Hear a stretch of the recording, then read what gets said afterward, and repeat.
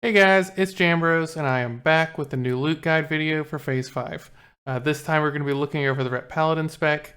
I'll be comparing all the new items with each other to help give you a better idea of how to gear your Paladin in Sunwell. So let's get into the different parameters I used for the Phase 5 release. For all these calculations, I used the most recent version of Ret Sim. All appropriate raid, party, and personal buffs and debuffs will be applied here. This is purely single target and simmed as a human. This does make a pretty big difference, so I'll be going over some changes you'd make if you were non-human. These sims are done against a high armor boss, and normally I would clarify differences against a low armor boss, but for Ret there are mostly no changes. Since a large majority of the bosses in Sunwell are demon, I went ahead and simmed these with demon slaying. Sims will use complete gear sets and don't just sim individual items. When swapping pieces for testing, I may change out some other pieces of gear, for example, hit rating gems, or things to keep a 2-piece or 4-piece bonus. All Sims use full BIS gear for Phase 5 and compares the best slot item to the next best items in that slot. The default Sim is a 7700 armor demon, Brutalist and Muru, but not his adds. The rest are 6200 armor, and gearing differences would be explained if there are any. There are only 1 or 2 minor differences for Ret. For the talents here for Ret, this is a very standard build, and I'll be using this with these Sims. And here's what you'll be looking at when you're in a full Sunwell set. This is one of 2 different options for sets, and there are a couple different things you could change, which I'll be covering more in depth here in a little bit. We'll start out with the helm slot. The first thing you probably notice are the 2 helms I have as equal.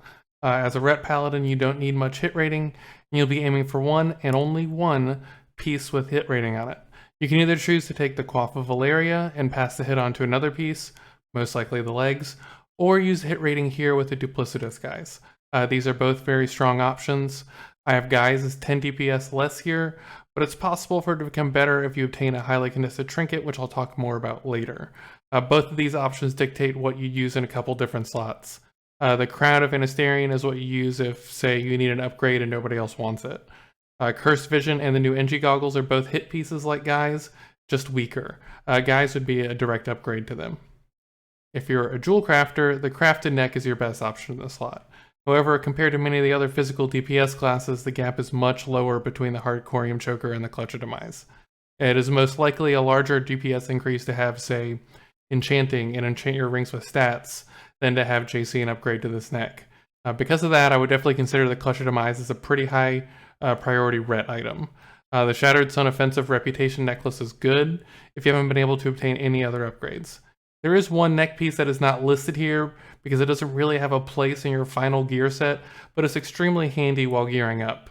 The Choker of Endless Nightmares from Black Temple will be very, very valuable to you as a hit piece to make up for missing hit rating on your path to full Sunwell best in slot until you acquire your one big hit item. The Demon Tooth shoulder pads come out as the #1 overall shoulder option here. However, it's pretty close. The Pauldrons of Berserking become basically interchangeable with Demon Tooth if you ended up choosing the Duplicitous guys as your hit option. The Mantle of the Golden Forest is still a very good piece. It just lags a little behind the previous 2 and should only really be taken if it's a free item and you haven't been able to get the previous 2. The shoulder pads of Behemoths belong in the Ret Trash Can, as it's a low hit piece that requires a second hit piece. There is only one new cloak in Phase 5, and it's this one, the Cloak of Unforgivable Sin. Everybody wants it, and Ret Paladin is no exception. It's a large upgrade whether using the Cloak of Fiends from ZA or the close enough Cloak of Darkness, which is an easy to obtain crafted item. The Bladed Chaos Tunic is your overall best in slot chest piece, no matter where you decide to put your hit rating. There are options to use this as your hit rating piece, such as using the Carapace of Sun and Shadow, an item you have to be a leather worker to use, but it's not the best option. If you're a blacksmith, you can craft a huge upgrade right away with the Hardcorium Battle Plate instead of waiting your turn on the Chaos Tunic. If you're neither of these professions, the next best item is the War Harness of Reckless Fury. This is not a very contested item at all, and is something you can likely pick up as a free item. The Midnight Chest card is listed here for comparison as your previous BIS in Phase 4. The wrists are the first of the 3 new tier pieces, and this is a very important piece for Ret Paladins. Besides maintaining the 2-piece bonus, which is critical for mana sustain in the longer Sunwell encounters, this piece, like the 2 others, has expertise on it. If you're thinking that DPS differences here don't seem that big, you'd be right. That's because this is simmed in otherwise full BIS as a human. You get extra expertise for using a sword. That means once you equip a sword, equip an expertise trinket, and have 2 other tier pieces, you tend to overcap on that 3rd piece. So these numbers reflect just the raw damage gain without the expertise damage gain. In 99.9% of cases, you will utilize this expertise while gearing up even as a human, and definitely will as a blood elf. So this is expertise adjusted. Here is the DPS gain you will actually see. This includes the benefit of the expertise. Obviously a much bigger damage gap here. The new bracers are a top priority item for Ret. The Thalassian Ranger Gauntlets and the Gloves of Immortal Dusk are exactly equal. Yep, pick whichever one you want. No difference. Most likely that will be the crafted gloves. They take sun motes, but you won't be competing for a drop. The Ranger Gauntlets are overall BIS on some other classes. The Borderland Pain Grips, Off-Kill Jaden, and Shadowed Gauntlets from Muru are not bad items, nor are they very contested, so you could use them if you're broke and aren't given sun motes by your guild. I didn't list the crafted blacksmith gloves here because they're terrible and you should never use them. The waist is the second of the 3 new tier pieces. Again, an expertise item. This one is a little bit different because your previous BIS, the Belt of 100 Deaths, had the exact same amount of expertise on it, so it's simply a direct upgrade. The Money Belt and Shadowwalker's Cord showing is higher than 100 Deaths is a little deceiving because of the overcapped expertise. So let's do that adjustment again for in-process gearing or non-human gearing. It's a surprise, but not really a surprise. This should have been obvious. 100 Deaths is better than those other 2 options. If you were never able to obtain that belt, then the new tier 1 will be a huge upgrade for you. The legs are the second big slot in consideration for your one and only hit item. Said item would be the Leggings of the Immortal Knight. This item is even more contested than the Duplicitous guys, but using this also doesn't require having another highly contested trinket to maximize your damage. If you opt not to use the leg slot for your hit rating, then your next best item to use is the Fell Fury leg plates. They're both good items, it just depends on how the loot falls to you. It will have to be one or the other, as they are both significant upgrades over what you were using in Phase 4. The third and final new tier token is for the boots.